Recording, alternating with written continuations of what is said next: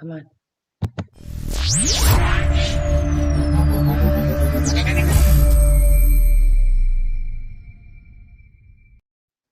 Good morning, everyone. Thanks for joining another episode of Victory Loves Company. I am James Lynch. He is Jim West. We got producer Amanda in the driver's seat as well. How's everyone doing this morning?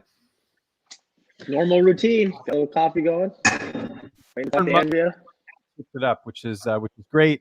We got a great guest here today. Andrea KGB Lee is going to join us here momentarily, but we're going to start this show off a little bit differently. We recently, all of us have recently linked up with Manscaped. They're supporting me. They're supporting this show. They're supporting you guys. You guys did a very cool from Manscaped. I actually wanted to start with that first. After about how that all came together and sort of get the details of that. But producer Amanda, if you want to throw to that commercial, let's do it. Okay. Hey, babe. I was reading the newspaper this morning. You remember that conversation we were having the other day with your brothers about the birds and the bees? And they were having problems about not getting girls. Yeah. Last night I overheard them talking. They're still not getting any action. You know what the problem is, I think? Is they need to be manscaped. I think it's time we save their balls.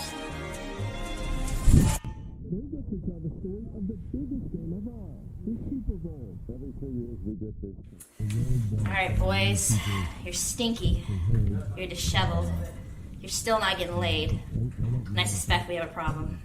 Decided to bring in an expert. Jim? Boys, we're gonna have to talk about your grooming habits. You stink. You're dirty. You're hairy. I think it's time you start introducing some ball deodorant, some ball toner, and I went ahead and got you a shaver. You guys are dirty, stinky. It's time that you guys start manscaping. All right, boys, the goal here is not to look like a woolly mammoth. With the Lawnmower 2.0, with skin-safe technology, you can really get in those hacky sacks without injury, without fear. So get in there and handle business.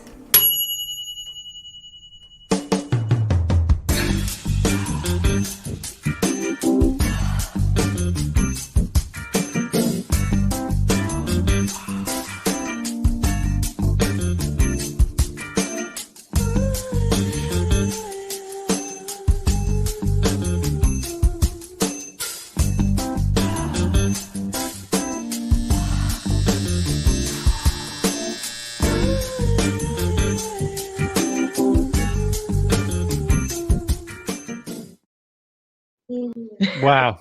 That was amazing. That's the second time I've seen that, and it's even better the second time doing it. Okay, I have so many questions about that commercial. First off, who shot that? Because it looks amazing. It looks like a highly produced TV thing. Who gets all the credit here? His name is Dean Garcia. If he's on Instagram, Dean __ Garcia. He's actually one of Aspen's brother's friends. And really? Okay. I saw work that he did for the football and wrestling team, and I was like, hey, cheap labor, let me exploit it. He's going to college for film, and he has the complete setup, and we powwowed, and I told him what I wanted, and then first time working together, so we did an impromptu kind of shot list and all of that, and it worked out. I mean, he's a perfectionist, so we wish the lighting would have been better. And there was a take where Aspen finally just had to give up because she couldn't stop laughing. But yeah, he did. A 17-year-old kid did that. Well, I thought it was also getting in the hacky sacks. I mean, it's hard to keep a straight face. No, I know, especially with the subject at hand. I thought the funniest part was just hearing Aspen kind of talk trash to her brothers, which is something I'm not used to. I know you guys are, but I think to the general public, Aspen's this very nice and sweet person. But here she is saying guys, you got to get laid. I thought that was so funny. She's an asshole.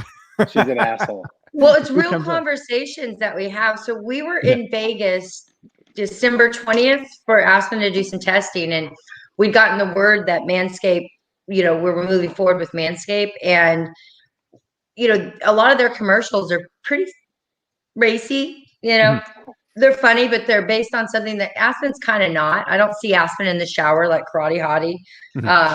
And so I thought, one of the things Manscaped hasn't really hit on was the fact that, boys are turning into men, and they really need to understand how to take care of down there. And then Jim started breaking out and going, I can do the poses and I got this. And so the blooper reel, which will come next week, is really funny. I'm But looking we've already forward to that. had over, I think it's 20,000 views since 6 p.m. last night. Awesome. That's great. Jim, Yeah. I think you got some acting chops. If this coaching thing doesn't work out, maybe we can get you an Oscar or something. He was good, I thought he huh? was good too. He was very believable. Like it was very you're very serious and stuff. So I thought that was Well, great. it's a serious matter, James. I mean, it's a It serious is. matter. No, I know. You got to Listen. get in there. You got to get in there without fear, without worry. Yeah. That's what it says. Fun fact, that hair, I had my hairdresser collect hair for like a week. Wow. Okay, I was going to say, I have a huge bag of hair. So yeah, it was good times. All right. Are we still waiting for Andrea, or what should we do? She is on. So she's on. All right. Let's bring her on here. Andrea KGB Lee, UFC flyweight fighter, joining us here on the program this morning. Have a great show, guys. Well, thank you, Amanda. Always doing some great work behind the scenes with us. Hey, Andrea, how's it going? Good. How's it going? It's going. Thanks for joining us so early. I always ask our guests this. What is your morning? No, it's just a blanket. Is that a snuggie? Snuggie. Okay. You mean like one of those onesies? Yeah. Something like that. Yeah. Well, that's good. We want to get you nice and relaxed here, right? With the buttons in the bottom, so you don't ever have to Andrea, take I it can off. see you wearing one of those, or maybe like Tony going in the background, the buttons hanging out with his butt hanging out or something. Oh no, I don't own one of those. That would make me too lazy. What is your morning routine, Andrea? Like typically what time do you get up? I just want to know so I don't feel that bad for getting you up this early. Well, this week I have Ainsley, so I wake up at 6 a.m. so I can get her to school. So okay, good. On my off weeks when I don't have Ainsley, this will be a little early. How's she doing with school with the fact that everything's on Zoom now? Is she in class or does she have to do everything remote? No, she goes to school. They opened the schools a while ago, so she hasn't had to do too much of that. That's Louisiana for you instead of corrupt ass California.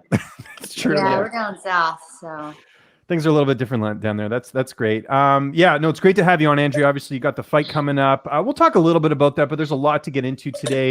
One of the things we kind of talked about last week or the week before even is Invicta. I know you were an Invicta fighter there. I know, there's some stuff happening with them in terms of their streaming deal, but, the importance of fighting for Invicta and getting those, really good matchups leading into the UFC. How much did that benefit you? Because that's something Jim and I talked about, that it's very crucial for a lot of the women's fighters to go through that system and, have the matchmaking and the tough fights before you get to the UFC. I think it helped a lot because, for one, I got to compete with a lot of the women who are in the UFC today, and I got to compete with them and alongside them.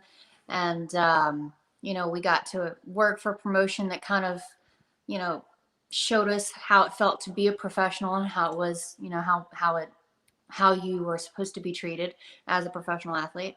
And I also think that taking all of those fights helped to prepare me because I got to fight more often than I have been lately, and that experience, to prepare yourself for the UFC.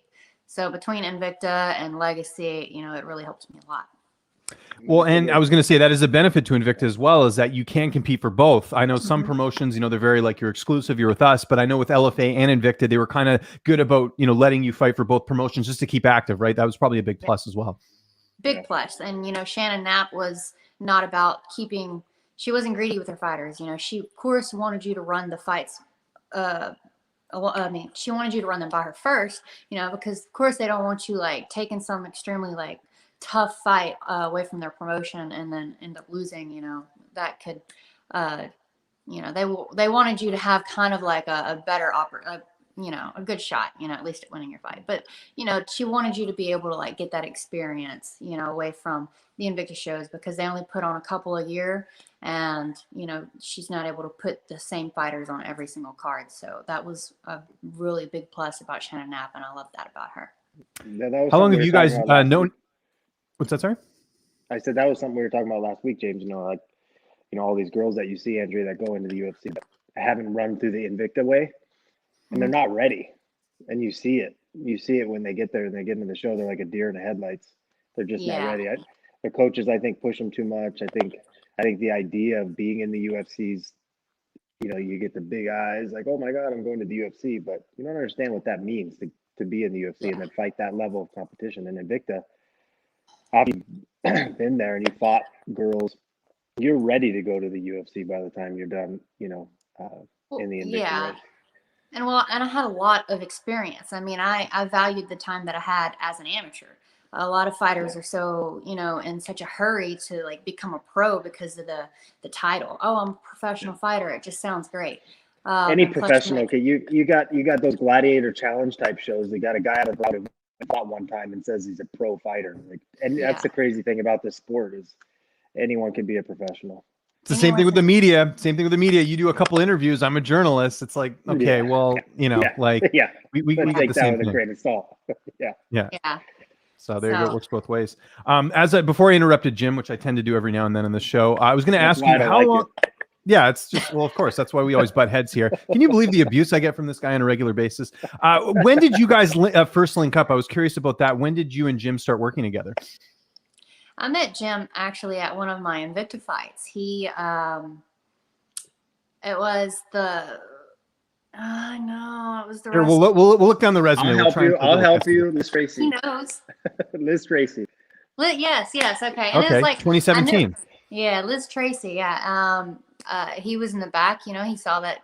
I don't remember. Like maybe you felt like I wasn't getting warmed up or something, and you kind of like decided to come over and help. Yeah. It was just something I can't help it sometimes. Like I'll see like sometimes.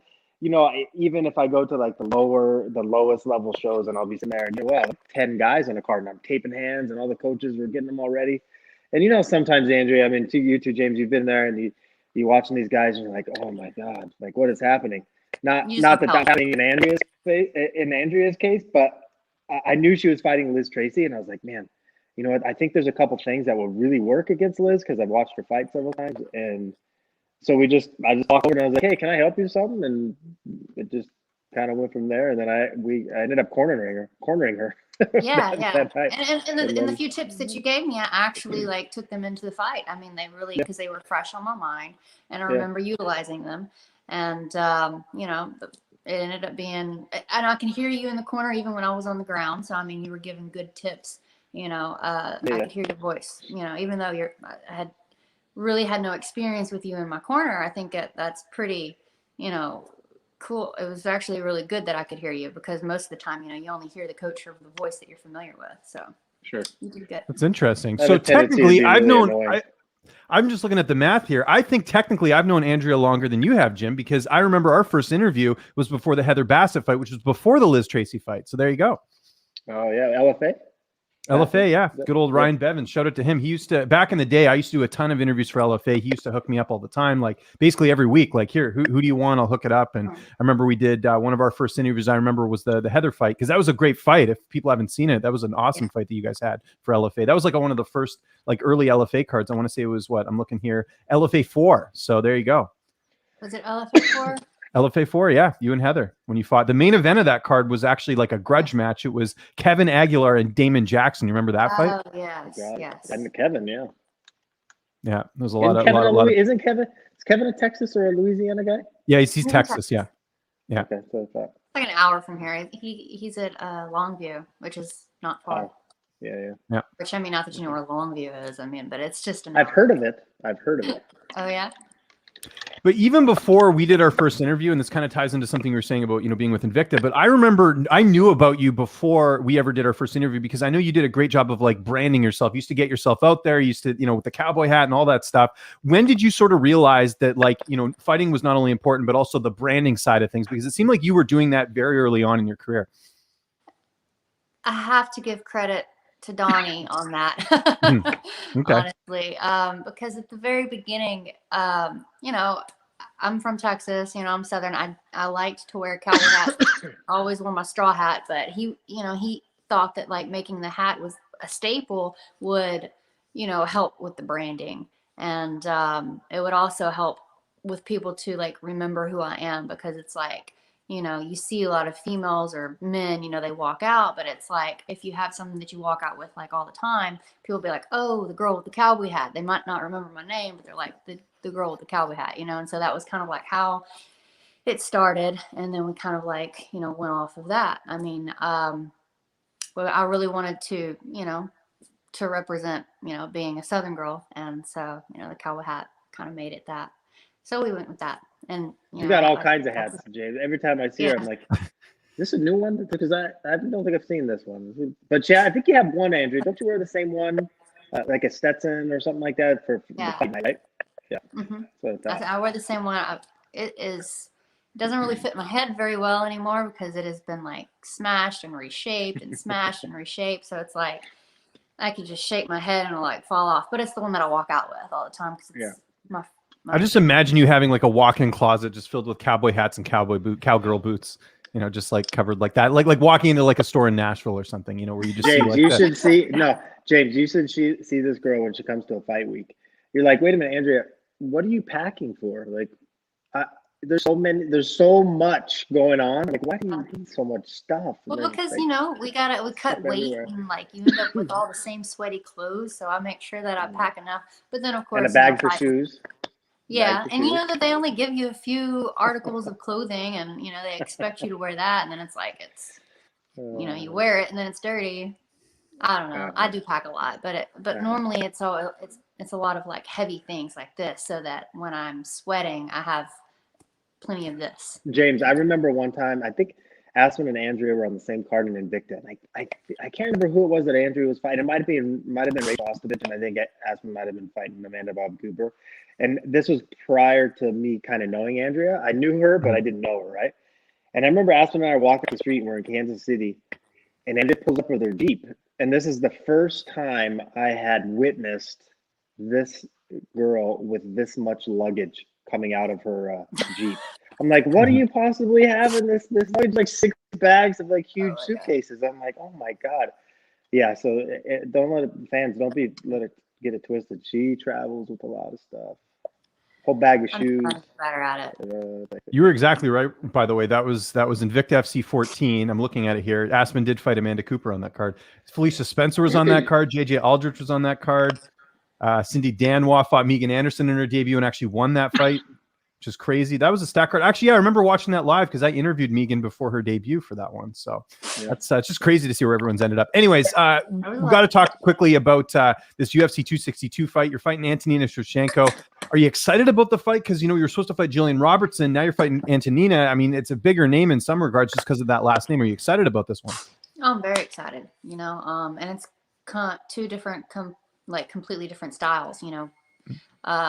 Roberson's, you know, wrestling, or she likes jiu-jitsu, wrestling, you know, she was going to take you down, try to grind you out. And then you have Antonina, who is a Muay Thai striker, and so her specialty is striking, which you know, now I get to prepare for that, which is a lot of fun. So I'm excited about it. I think it's and that fight was canceled because I think you got a broken nose or something. Jim, were you there for that, or what happened there? No, it had happened like I don't know, maybe 3 or 4 days or something before we were supposed to meet, I think. Oh, okay. I think it was like before the fight week. It was the weekend before fight week. Before the fight. And it was my last sparring day, and I really had already finished my rounds, but I was like, I want to go 2 more rounds because I felt good and I was moving well. I was landing a lot of stuff, and I was just feeling it, you know. So I wanted to push a couple more rounds out. Well, I ended up catching a knee, and that's kind of how it went down. Was it Tony? What happened? No. It was my training partner, Zach Albritton. Okay. He's more my size, or he's around my height and stuff. And he doesn't even really he throws kicks. He doesn't throw knees. So he wasn't throwing a knee, he was throwing a switch kick. And I went to throw a switch to an overhand, and I was going to cut an angle. And as I did, he ended up throwing a switch and caught me in the nose. And we said it was wrestling. I mean, it was basically wrestling, but it was like sparring. I don't know. I just got hit in the nose and it broke. It is what it is, right? Yeah. We were like, I don't know if it's gonna sound good to say I was sparring, but I mean, I was sparring. It always seems to play out that way, though. It's crazy. Like you'll be like, when did your injury happen? Oh, it was my very last sparring session or wrestling session. It was the last round, the last minute of the round, and all of a sudden. That's exactly what it was. It was the last minute of the last round. Yeah, And it's it was insane. literally 60 seconds left. And the next thing, you know, I'm getting caught with a freaking, and you know, and I know, because I had already been told like I was dipping my head too much and I could catch a knee, you know, if I kept trying to do that, because I was trying to get my head off the center line. And I ended up getting it too far off the center line, and I caught that knee straight up the middle, and yeah, it put me out. Man, my nose was just like leaking. I mean, I just like laid there and just a puddle of blood like. Hope no one's spewed eating out breakfast from right now. underneath. Just want to point that out. But You're eating breakfast. I just finished no, I my said if oatmeal. someone's eating breakfast and watching this, you know, not the greatest details, but no, we asked you about it, so don't blame me for going into details But there. look, I mean, for as much blood I was spewing, like I'm really proud that my nose did not get crooked. No, it Yeah. doesn't look bad. Can't No, really that's good. It looks the same. Someone I referenced there, Tony Kelly. Obviously, you guys have, you know, are dating. I wanted to ask you about that because, like, you know, you're dating a UFC fighter. How is that? Is it easier to date someone when you're both in the same organization and you're both fighting, or is it tougher? Like, what's it like, you know, having that type of relationship? I like it. I think it's better maybe because Yeah. he can focus on. I mean, we both, you know, we get to train together, but at the same time, it's like, you know, he's able to focus. He's got a career too, you know, Yeah. so he's not just focused on just me and my every little move, but I mean, he does help to push me and motivate me at the same time. But it's like all the focus isn't just on me. You know, he also has a career to worry about. So, you know, I like it. It blends well. Does he train with you guys, Jim, as well, Tony? Does he come out to California? He hasn't come out yet. I hope he does at some point. He got a lot of guys that he's trained with. Yeah, he hasn't been out there yet, but he wants to get out there. Yeah. Fun Okay. story. Hey, we got to tell a fun story, James, about Tony when Andrea fought in Abu Dhabi. I got to tell it. It's hilarious. Okay, let's hear it. Because I know he's still mad. You know where I'm going with this, Andrea. So me and Tony, it's me, Tony, and Aspen all sitting in the crowd. This was way in night, so this was obviously pre-COVID. So there was thousands of people in the arena. Andrea's weighing in, and so Tony goes, "Hey Jim, I'm gonna go stand right up by the railings so I can try to get a picture of Andrea when she gets up on stage." And we're sitting like right in the front, right? And he's taking a picture and he's trying to get in there, you know, and all of a sudden this crazy lady, and her husband say that, and mind you, me and Aspen are watching the whole thing. We're like, Yeah. person. Got the popcorn and everything. You see this lady like say something to Tony, right? And we're like, I don't really know what that was, but whatever, right? So then Tony comes back, he sits down, and then like he gets back up and goes back down to the railings trying to get a picture. And all of a sudden, some crazy lady comes and taps on taps on my shoulder, and he goes, "Hey, you spit on my wife." And I'm like, "What the hell are you talking about? I don't even know who the hell you are." And then all of a sudden, Tony comes back, and the wife goes, "No, that's the guy that spit on me." Right? So there's just this whole like crazy melee, and I thought Tony was gonna blow up and just kill everyone in the arena because this lady was totally accusing him of some nonsense, right? And you're in Abu Dhabi, and like the security and stuff, they're kind of like, you do something weird, right? And if they can prove it, like you're in some serious shit. Yeah. And this guy I thought Tony was going to murder the guy. I'm pretty sure Tony's still mad about it right now. Like, it was so I didn't know about that. If he was awake right now and listening to this, yeah, he would feel that all over again. It was insane. And we kept seeing him like in the hotel. You're like, oh my God, these fans, guy won't go away. And it was him and his wife. And oh my God, it was insane. But y'all saw, he didn't spit on her. He didn't do anything. We were sitting next to each other. So was she in front of him when he was taking the photo? It was like they were kind of like next to each other, and she was pissed. Like, I thought she was pissed that because it was crowded, and she wanted a certain picture, right? So it was like, I'm gonna cause some kind of fucking controversy. Oh, I see. Okay. Say this guy, she was so like I can get front. Yeah, so she can get up front. Right? Tony so happened to be the poor victim standing there. He's like, what the hell's going on? And then I got accused. I was the first one to get accused. The guy comes up to me, he was like, he was going to try to fight me. And I was like, dude, you don't want to do that. And then like Tony comes up and the guy starts accusing Tony. And I'm like, oh, Jesus Christ, here we go. This is going to be a disaster. The things that happen at fight week. The same. That's crazy. Yeah. It's some people are just really weird. I mean, And and just so it's some random fan. For a second, when you were talking about it, it made it sound, it almost sounded like it was like a UFC employee, but no, it's a fan. So some random crazy ass fan try to fight me and then try to fight Tony. That's why I bring it up, because I still laugh to this day. Aspen, I'm like, I'm pretty sure if I bring it up, Tony'd still be mad right now. Well, you want to know if no, the reason I thought that, and I'll explain this for a second. So I forget which card it was, but we film the weigh-ins, right? When people, like the early morning weigh-ins, you weigh in. I do like a highlight pack, so people can see everyone weighing in, how they're looking, whatever. So I got there. You have to get there super early. From a media perspective, you got to get there, like weigh-ins are what? Let's say 8 a.m. You got to get there at 7, because John Morgan or whoever, they're all getting there super early to get the best spot to shoot the weigh-in. So you got to get in there at a good time. Anyways, I get in there maybe a little bit later. So I'm having to find a spot to go. And it was one of those big cards. I forget which one it was, but I was kind of on the outside.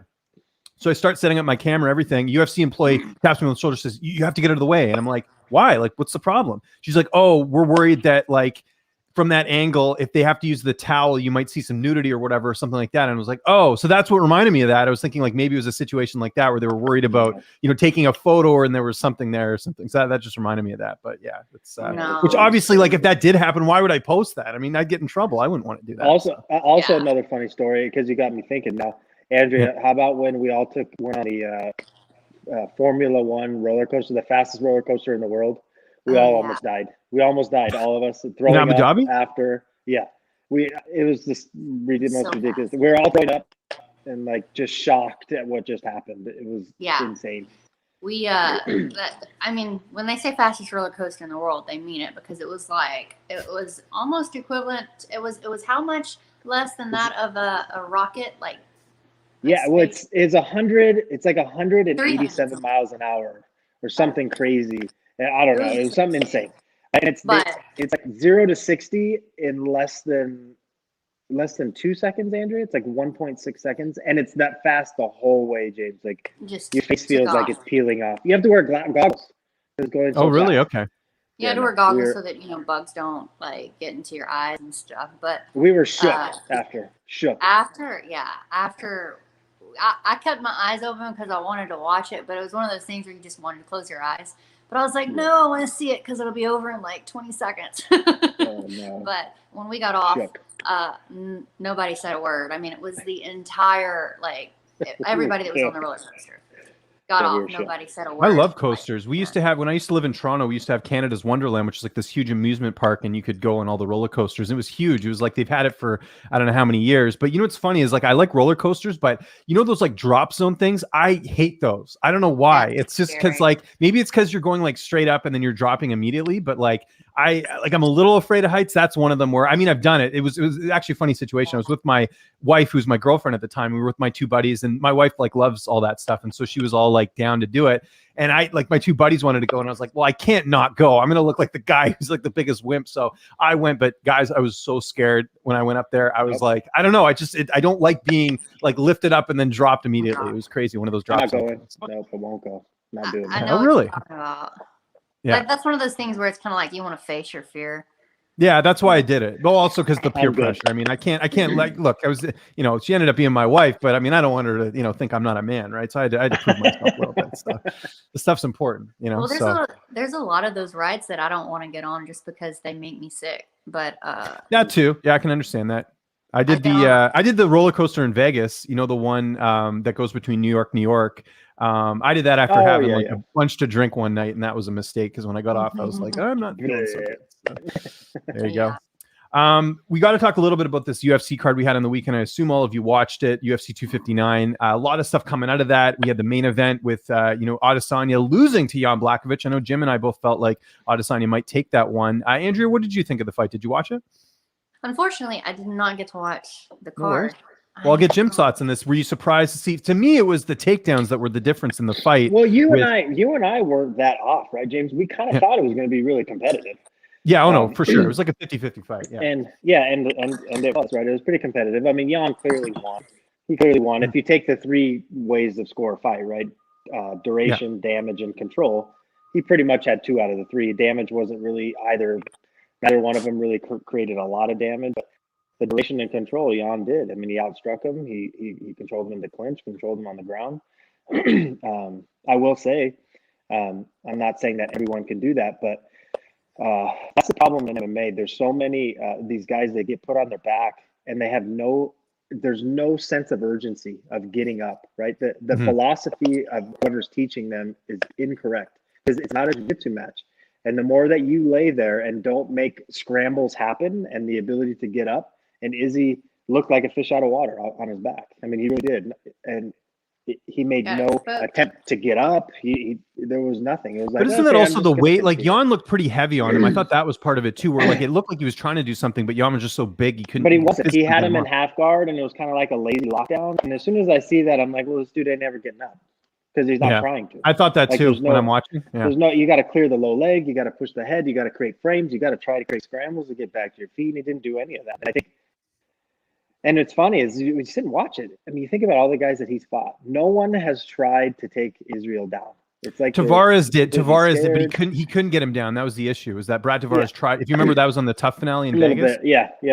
But Adesanya did a good job with his takedown defense. But yeah, it's a different animal when you're fighting a guy like Jan, right? So 100%. But yeah, it's very competitive. You know, the Jan. If you go back and look, so the Jan and Sterling fight, there's a couple pictures that just came out recently where it showed Aljamain's knee off the ground by about an inch when the knee landed. So I don't know, a lot of weird stuff going on. I don't know, who knows, but they're going to run that back. They have to. Yeah, no, we'll get to that fight in 1 sec. I actually did want to just quickly ask you one more thing about the Adesanya fight. See, like if you took the takedowns out of the fight, which I agree played a significant role, and Jan absolutely won that. Like I see a lot of people making out like Jan destroyed Izzy, and you know, look, he won. I'm not debating that, but if you take the takedowns out of the fight, stand-up wise, I thought it was pretty competitive. I didn't actually hear the commentary. A lot of people were saying the commentary was very biased. I actually had it on mute because I was doing a live stream. But I felt like in the stand-up department, Izzy had his moments. There were times where it was going. So I wanted to point that out because I see a lot of people being like, "See, told you, Jan was going to destroy him." And it's like, yeah, but if you take out the takedowns, one destroyed. It was a competitive fight minus the takedown. Yeah, I think Jan outstruck him though. I think it was like one. No, he did, but it was closer than. Yeah. It was close. It was a competitive fight, but I think, you know, like when we talked about last week, we thought it was going to be relatively competitive, and it was.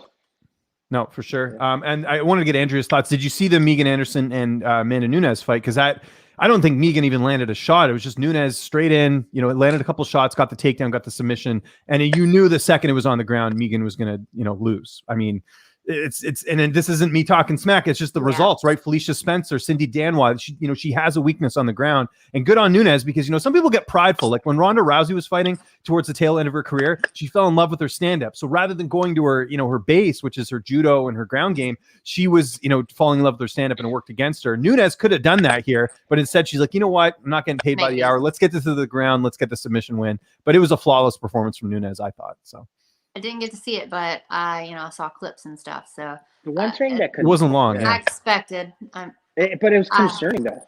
Did you see the walkout or anything, Andrea? Because I'm not. Yeah. I like Megan. Megan's cool. Like she's an awesome lady. Compare. She looked deathly terrified. Yeah.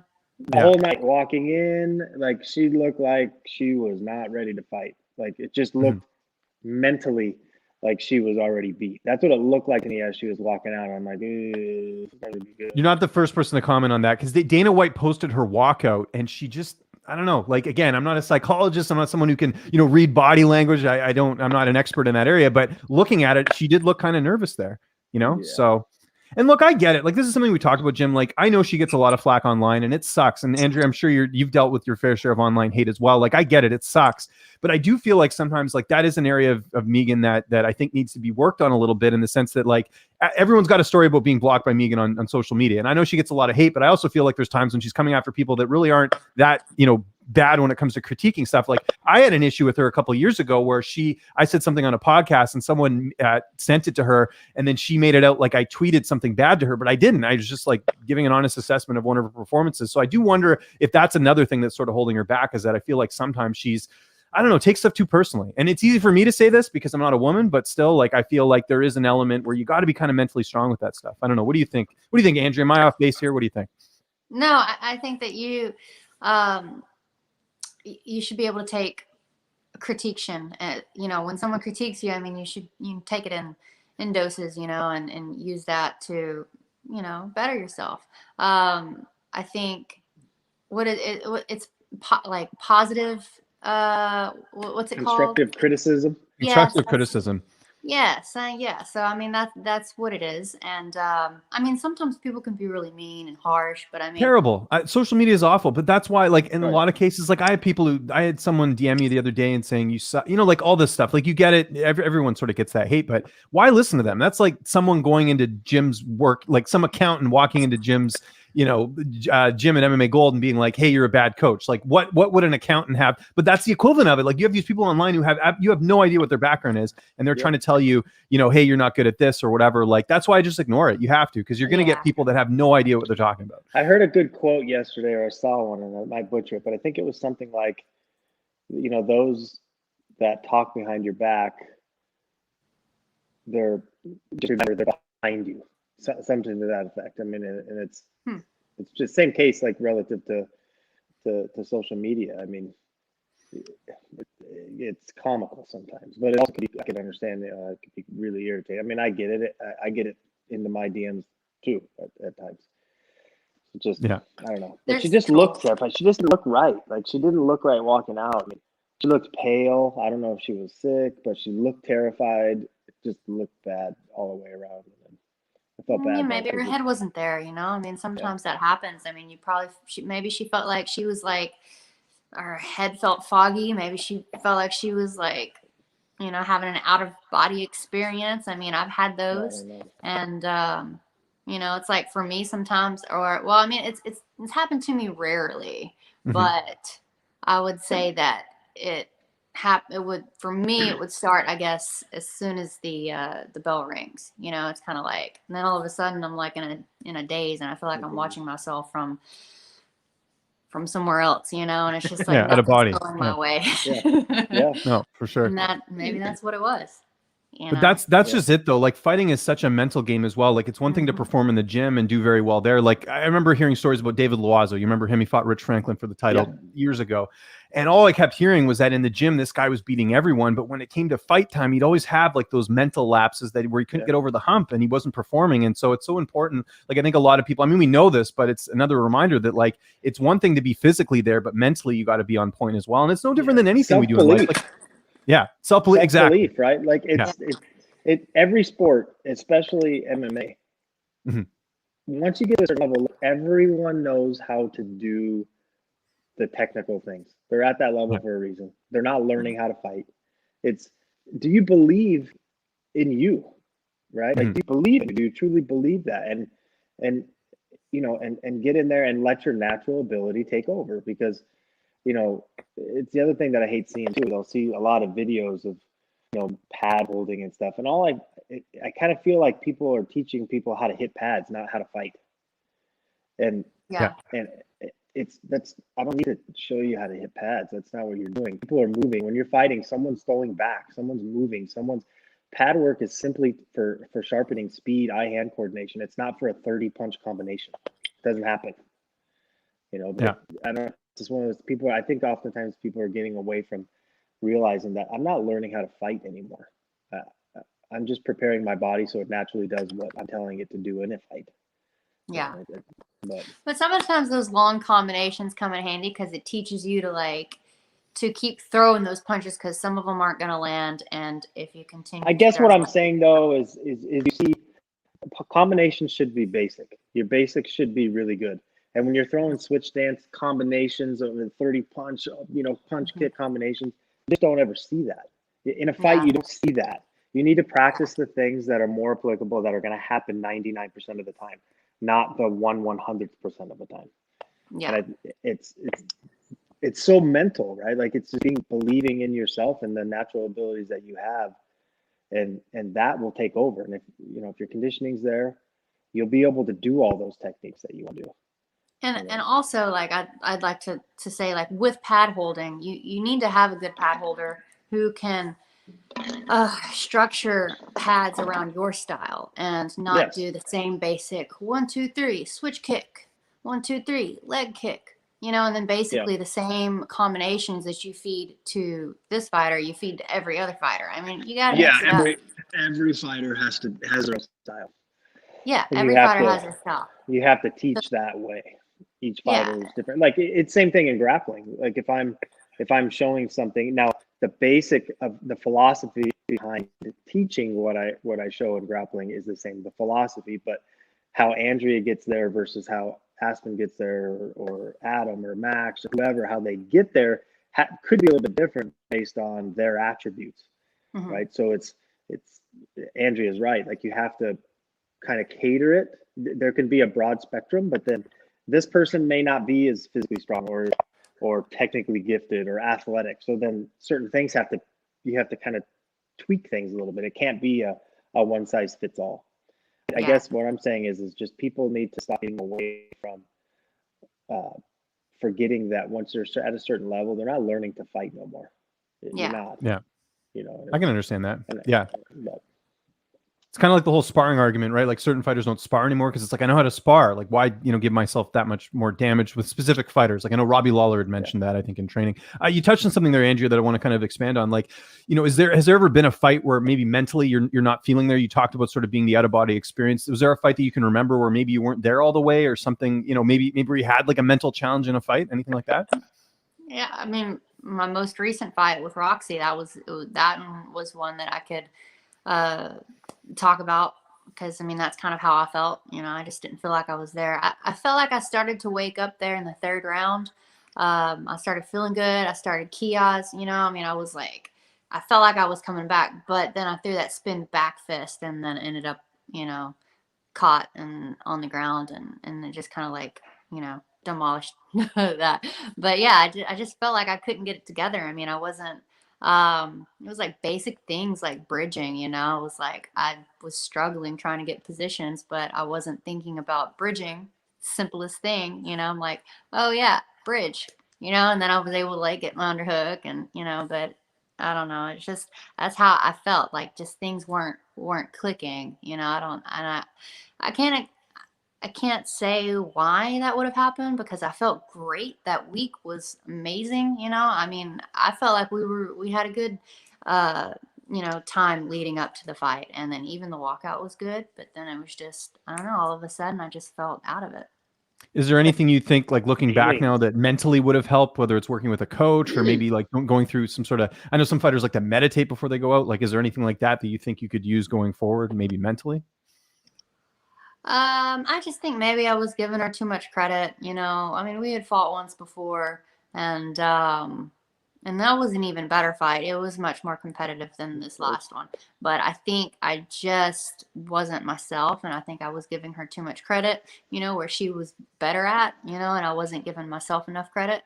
And so I think that maybe I just sort of, I don't know, went blank. Gotcha. Was like worried about getting taken down, instead of like making her worry about what I'm good at. Interesting.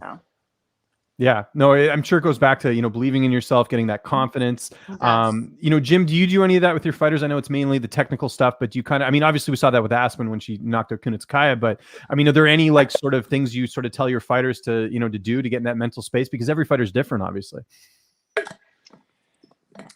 I mean, it kind of just depends. I mean, like you brought up Aspen and Anthony. I mean, no, I mean, Aspen doesn't really care. She doesn't even really watch fights. So it's kind of one of those things where it's like, she doesn't really give a shit what they do, kind of thing. And then Anthony doesn't even know anyone. He doesn't even know who Rodolfo was. No idea. He's like, I don't even know. Who's this guy? He's just on autopilot. Oh, he does the jiu-jitsu guy? Oh, that's cool, whatever. So like, it was different, like you said.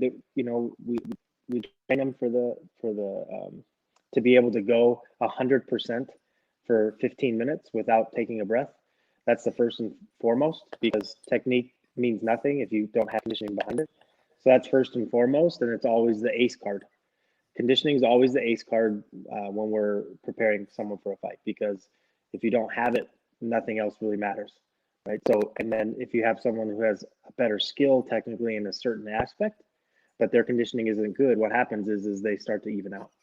Right. So, and then after that, it's just being body sharp and kind of ready to go. Right. So, but everyone's different. Everyone,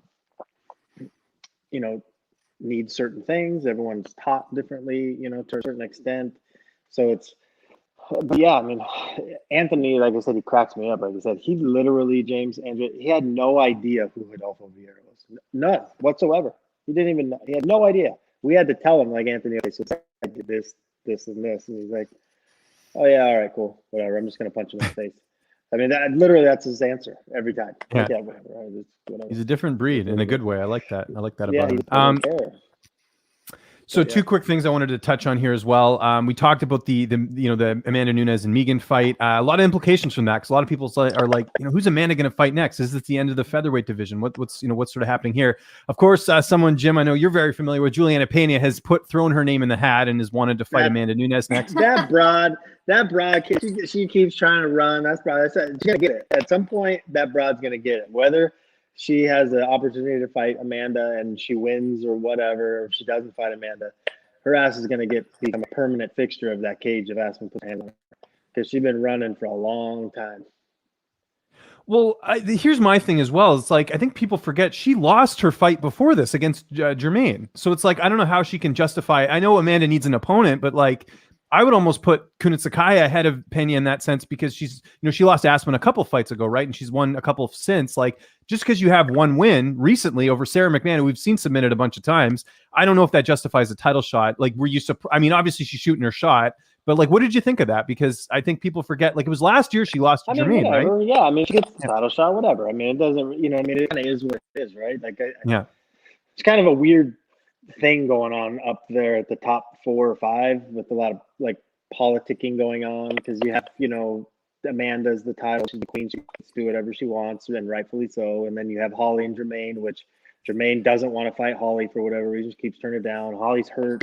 Then you have Aspen, who's 3, who is still hurt, but she'll fight in the summer. You have Raquel, who I think is cleared sometime in the middle of May. I'm hearing some grumblings that she might fight Yana, and that's going to be a really, really tough fight for Raquel and for Yana. That's a weird fight, so I don't know. Like, if Juliana gets it, so be it. I mean, someone's got to fight Amanda. I mean, who's going to fight Aspen, especially if Rocky fights Kunitskaya? Like, what happens there? What are the options left? Because I think the Pena fight actually makes sense for Aspen now, especially because they both lost to Jermaine. Get the winner to fight Amanda, I would think makes sense. I don't know. What do you think of that? Yeah, I mean, there's a lot of stuff going on behind the scenes right now. I can tell you that, but it's just like a lot of weird politicking. And it's too bad. But the thing is like, Aspen just gets to sit back and watch anyway, because it's going to all unfold. Yeah, right? And they have to fight each other anyways at some point, right? Yeah, so I mean, it's kind of is what it is, but it's weird, right? Up there, those top 5, they're all jockeying for whatever reason, and whatever. I think if Juliana gets by, great, so be it. I think she's scrappy enough to make it interesting. Yeah. I mean, well, she's a tough winner. I mean, they've been pushing her for a while. Andrea, I know it's not your division, but sort of just looking from the outside in, what do you think of what's happening right now at, bantamweight? And then also, what's going on with featherweight? They've got this fight booked between Spencer and Daniel Wolf, but like, I honestly don't see the division continuing very long because they don't have any other featherweights. Yeah, I don't know about that either. I mean, with that featherweight division, it's not very stacked. So I don't know what to say. I mean, maybe they need to start. Maybe they need to find some bigger women, start bringing them in, or bring them up like Jim said. That's crazy. Yeah, bring them up. There's a lot of 35ers that really should be 45s. I mean, Amanda's one of them. Amanda doesn't want to go to 35 anymore. She has to die to get there. So, and there's a lot of those girls that are 35s that really die to get there. Well, you have a lot of 115ers that have decided to go up to 125, and they feel comfortable at that. So maybe a lot of 135ers will start to decide to go up and stack the division. I mean, it's such a thin division, so I don't see why you wouldn't want to go on and make it easier on yourself. Go that, and they did the tough show. If you remember, they did a tough show for 145 females, and then all of a sudden, it went away. It was weird. Probably didn't have enough, probably not. No, they all moved down. Macy Chasson and like all the women from that show ended up moving down. And some of them, a lot of them were 35ers. And because of the timing of the fights, that they fought at 45, so they wouldn't have to cut the weight. Because Pani Kianzad was on that show. They had a bunch of 35ers basically fighting, as opposed to bringing in like legit 45ers. You know what I mean? So Bellator has all the 45ers right now. When is the Danielle Wolf Felicia Spencer fight? So I wanted to talk about that fight quickly because I get it because there's no fighters, but that fight is on May 22nd. Okay, the equivalent of this fight would be, no joke, this would be like if, let me think of a fight that happened. This would be like if Dominic Reyes fought, some Contender Series winner in his next fight after losing to Jones. That's the equivalent of this fight. Felicia Spencer just lost to Nunes. She's going to put her down on the mat. It's going to be over within. She's got an 8-2 record. Daniel Wolf, I know she has boxing experience, but she's got one pro fight, and that was on Contender Series. She's fighting Felicia Spencer, who just fought Nunes for the title. She's got 10 pro fights. Daniel Wolf only has one pro MMA fight. How does that even get sanctioned, to be honest? Like, that's a complete mismatch. Probably because of Daniel boxing, but the fight's going to be over so fast. I think Felicia's going to take her down, and it's going to be over. She can be a fish. It's like the Megan fight, yeah. Yeah. Well, do you think that Daniel Wolf has any ground at all? She has a bit of ground game, but I just think that, like, just the lack of experience, like, it's just crazy to me that someone who just, like, Wolf's going to be making her debut against someone who just fought for the title. That's crazy, in my opinion. But that's because they don't have any other fighters. Yeah. So. But they could, though. They could. There's 45 girls out there. Well, they just, because Bellator has all of them. They have all the, the decent names, Blenko, Julia Budd, right? Yeah, but if they wanted to sign them, they could. And there's Invictus got all kinds of 45ers. That's where they all go through, right? I mean, well, yeah, like someone like, I don't know why, who's it? Pam Sorensen. There's a few fighters that, like, I don't know why they haven't signed. I just doesn't make sense to me. So you're right. They could bring some of them over, but who knows what's going on there as well. Andrea, you want to go to 45? You ready to go to 45, Andrea? Yeah, I'll just skip 35 altogether. Do you ever want to go to 35 though? Like, I've met you in person. You're pretty tall you have a pretty big build for the division. Do you ever see yourself going to 35? No, because I make weight pretty easily. Okay. Jim can tell you I do pretty well. She's the happiest weight cut I've ever seen in my life. It's like dances in the sauna, and I'm like, man, I just try to make it easy and fun. We got to talk quickly about this Aljamain Sterling thing. We touched on it a bit there. Andrea, I know you didn't see it, but I'll get your thoughts on sort of the DQ rule in general. So if you haven't seen it, basically Petr Yan, I mean, it looked like he was turning the tide in that fight, at least from my perspective, right? And so out of nowhere, Sterling's on the ground. His foot is flat on the ground. Yan throws a knee. You see him get hit. He's out.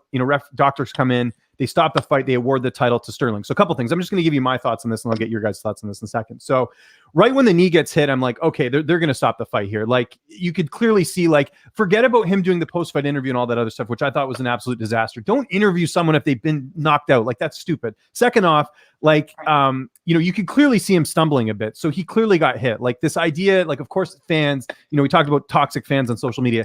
Everyone out there, and even some fighters, I'm surprised, coming out and saying that Sterling's acting, embellishing, whatever. So all this happens.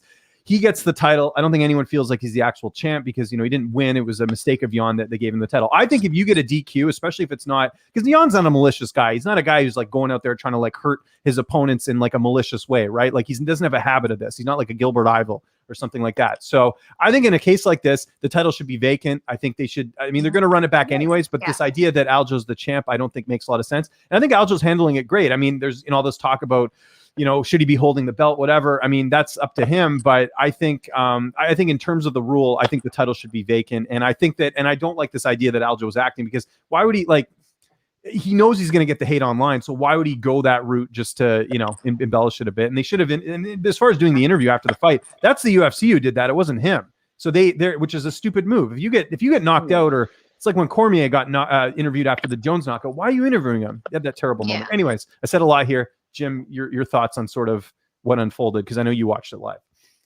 Yeah, I mean, I think I like your idea of just whether it's vacant, and then they have to, or just Yan keeps the belt and it's an automatic rematch, right? Like there's no, it's kind of null and void. We just redo the fight, and but to give the belt it just doesn't make any sense to me. No, and I think a lot of people agree with that he shouldn't be the belt holder at this point. The only thing I'll say is, like, it's a little similar, kind of like, remember when Davison Figueiredo fought Benavidez, he missed weight. So that title, even if Figueiredo had won, was going to be vacant. That's pretty much what happened. Right. I think it's a similar situation here, because I agree. Yan shouldn't be rewarded. Like, I don't agree with you that Yan should keep the title because he made a mistake. He should be penalized for that. But at the same time, like, he didn't lose that fight either. Like, it was a mistake that he made. You know what I mean? So that's where I land on it. Didn't you say there's a picture, his knee's kind of off the I saw one yesterday. I had it on my phone, but it was like maybe an inch or so. His knee was actually off the ground because the angle that they showed on TV, it clearly showed the knee on the mat. But then I saw some other images where the knee was connecting and Aljo's knee was off the mat. So I don't know. Either way, I don't think. I think it's probably a moot point. It doesn't matter at this point because they've already made their decision. But the bottom line is they just need to run it back. Well, no, they will. But yeah, this whole talk online, like I've seen it all week, well, all the last couple of days, is just people saying this guy's acting, and then you got people like Big John McCarthy saying, "Come on, dude, he was embellishing." Like, I don't know. I'm on the side of like Sterling was very emotional after the fight. He was upset of what had happened. Like, I don't think a guy is, putting on that type of emotion, showing crying and all that if he was faking something. Like, I think it's in bad taste. Yeah, I'll never be that guy it. to say a fighter's scared or they're faking something, Yeah, but I was a little disappointed to see like, him. Everyone is assuming, and you know what that means. Why? Just don't assume. Look, whatever happened. They're gonna run it back. Move on, right? Like, I don't know. And we had a similar example. Scared. Yeah, no, well, that's I hate that type of talk from fans, from everyone that's saying a fighter. Like, come on, you step in a cage for a living, you're not scared. We had a similar situation with Anthony Smith and John Jones, right? Where Smith was hurt, he ended up coming back and doing it, but a little bit of a different circumstance where, I mean, you could see the way Jan landed that knee. It was pretty, I mean, whether his foot was on the ground or not, I mean, it was it hit him, like it's not something that it didn't happen. So I think a little bit of a different circumstance. So that's just my thoughts on it. I just, I see a lot of people coming out of the woodwork now and saying, all this stuff about Sterling. Sterling's a great guy. I mean, it's just an unfortunate thing that happened. Nobody wanted the fight to end like this. So yeah, that's my thoughts on it. But they got to run it back. With you, and that would save the trouble of all of the talk, with the belt and everything. There would be no confusion. I mean, it would just be, okay, he got DQ'd. The belt is still vacant, but you, I guess, win the fight, maybe. I agree. Yeah. Before we get out of here, money. He gets the money. Yeah, you get the money. The win show. The win and show. Take it. That's a good point. So we mentioned Andrea, obviously your fight coming up here. How's camp being structured from here on out? Because I know you obviously train at home and then you train with Jim out in California. So what is that looking like over the next couple of weeks? Well, I'm planning it out. Possibly going to go because I'm still at like 10 weeks out or so. So I'm probably going to go out to Arizona for a couple of weeks. With Tony, get some training out there and stay with his folks. And then go to California for a few weeks. And then after that, I'm going to go to Colorado. And I'll probably be there for probably 4 weeks, I want to say. Because it takes like a week just to get acclimated. Right. And, so I want to get down there and get all that altitude. What, is Tony originally from Arizona? No, he's originally from here. Okay, because I was going to say. Yeah, he just kind of like parted ways with this area like 10 years ago. He went to California, Arizona, Colorado, even Thailand for a little bit. So, I mean, he's just kind of been at a little bit of everywhere. Where would you train over there if you were to go to Arizona? Like, where does he train out there? I don't even know. We're working on that. We've already talked. We'd possibly go to like Fight Lab. Oh, yeah, the MMA lab with John Crouch, right? Yeah. Yeah, maybe there or I was going to say, there's another power couple up there, Jakar and Courtney Casey. I know train out there as well. So I don't know if you know Courtney at all, but I do. Actually, they left the MMA lab. They did. So yeah, no, they left. That's what I was going to say. So they actually not only did they leave the MMA lab, they also left Fight Ready as well. Jakar's not with them anymore. So I know they do a bit of cross training at O'Malley's, Tim Welch's gym, and then also what's his name? The guy who got kicked out of the UFC, the jiu-jitsu guy, Tonkino. I forget his name. I know they train with him as well. Yeah. Who's Smart Paharis? Well, we were talking about going either to the lab or over there to Henry's, which is Fight Ready. Fight Ready. Yeah, those are all good gyms. Yeah, and then there's also a Muay Thai gym there. It's called Sitan Muay Thai, and the trainer, the coach's name is Chiago there. Chiago. Okay. And, so we may go out there, and we're just trying to figure it out. You know how some gyms are, they don't, like if you come in, they don't really necessarily want you training with this gym because they have beef or whatever. So we're just, I know there's a lot of politics involved. Except in Colorado, it seems like they're very laid back there. Like I know a lot of people that do cross training, between the gyms. I would imagine you're going to Elevation Fight Team if you go to Colorado, because that's where all the women are. Like Montana's there, and who else? Shauna Dobson, Mallory Martin. There's a whole crew out there. They've all sort of flocked over there. Rose is there too, obviously too, right? So. Yeah, she's out there. But yeah, I'm going to go to Elevation Fight Team. I went out there to train with Tisha Torres. She brought me up there. We didn't really go to Elevation. We went to Pound for Pound Fitness, which is where Justin Houghton, he also is the head coach for Elevation, but he also owns Pound for Pound Fitness. So I met Justin. Yeah, Rose James doesn't really go to Elevation. She trains at 301 with Yeah, that's right. Tony Yeah, she's Tony out there. Basile. She does her jiu-jitsu with Tony Basile at 301, and then she's with, Trevor, and then her head coach, obviously her husband, and so Yeah. it doesn't really go. Doesn't, but so does Whitman go and train with her at that gym then? Because I know she does. Does she not? She works with Trevor Whitman, does she not? But Trevor has his own place though. Oh, okay. For some reason, I thought he would, because I know he trained. Okay, yeah, that makes sense. Because I know obviously Whitman works with Gaethje and all them, and a lot of them are at elevation. So that's interesting. Okay, that's good. See, this is why I got to ask these things. I got to figure this stuff out. So it's important. Good time to wrap up the show, everyone. Andrea, thanks so much for doing this. Thanks for making us part of your morning. Anything you want to plug? Anything you got coming up? Any sponsors you want to mention? We'll give you the floor here. This is the part that I'm the worst at. You put all your stuff on social media, right? So they can all see it there. That's I do, the easy yeah. part. And you could go to if you want like signed photos, signed calendar. I'm soon to have like my own clothing line, or my own brand. So I'm gonna have some shirts and stuff made up. But you can go to AndreaLeeMMA.com, and right now all I have is like photos, and I can put some signed gloves up and stuff like that. But also, you can follow me on Instagram, Twitter, TikTok, Facebook, all under Andrea KGB Lee.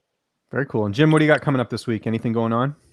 No, I have one of my big kind of partners, investors coming out from Baltimore this week. We're looking at some stuff. No big deal. No, Nice. And I'm not going to talk about it. I think Andrea knows, because I kind of mentioned it to her a while ago. But Just you got a big thing going on. That makes sense. Okay. Yeah, that's good. We'll have to get some insight into that. Yeah, and then there's actually some big stuff that MMA Gold is doing with Invicta that no one knows about. That would be. That's a teaser as well. A lot of little And nuggets. then next week, Max and Marion. That's right. Yeah. Yeah, it's coming up pretty soon. Excited for that. I'm going to be doing commentary this weekend. If you guys are not watching the Leon Edwards and Bilal Muhammad card, Robin Black and I are going to be doing commentary for Rise FC6, first MMA regional event in British Columbia here since the pandemic. The main event, Elias Theodoro, Matt Dwyer, two former UFC fighters. So it's going to be a good one. Co-main event, bantamweight title on the line. Chad Henheliger, who's a teammate of Hakeem Dawodu. He's fighting Ty Wilson, who's out of TriStars. So really good card. I think there's only 5 fights, but it's going to be taking place on Vancouver Island in Victoria. So really excited to get back in the broadcast booth and do that. And I got a bunch of stuff coming up this week. A lot of cool interviews, but you guys can get a hold of me on Twitter at Lynch on Sports. Same thing on Instagram. So I'm not going to get a hold of you, James. I don't want to. No, I know you're not. You're busy. It's okay. This guy abuses me behind the scenes. You should see it. It's not very good. So I believe it. yeah, no, exactly. The abuse. Good time to wrap things up. Thanks so much for watching. Even if you're watching the replay, really appreciate you guys tuning in. We'll be back here a week today with another episode of Victory Loves Company. Thanks so much for watching, and enjoy the fights this weekend. We'll see you guys soon. Bye. Thank you. Bye, Andrea.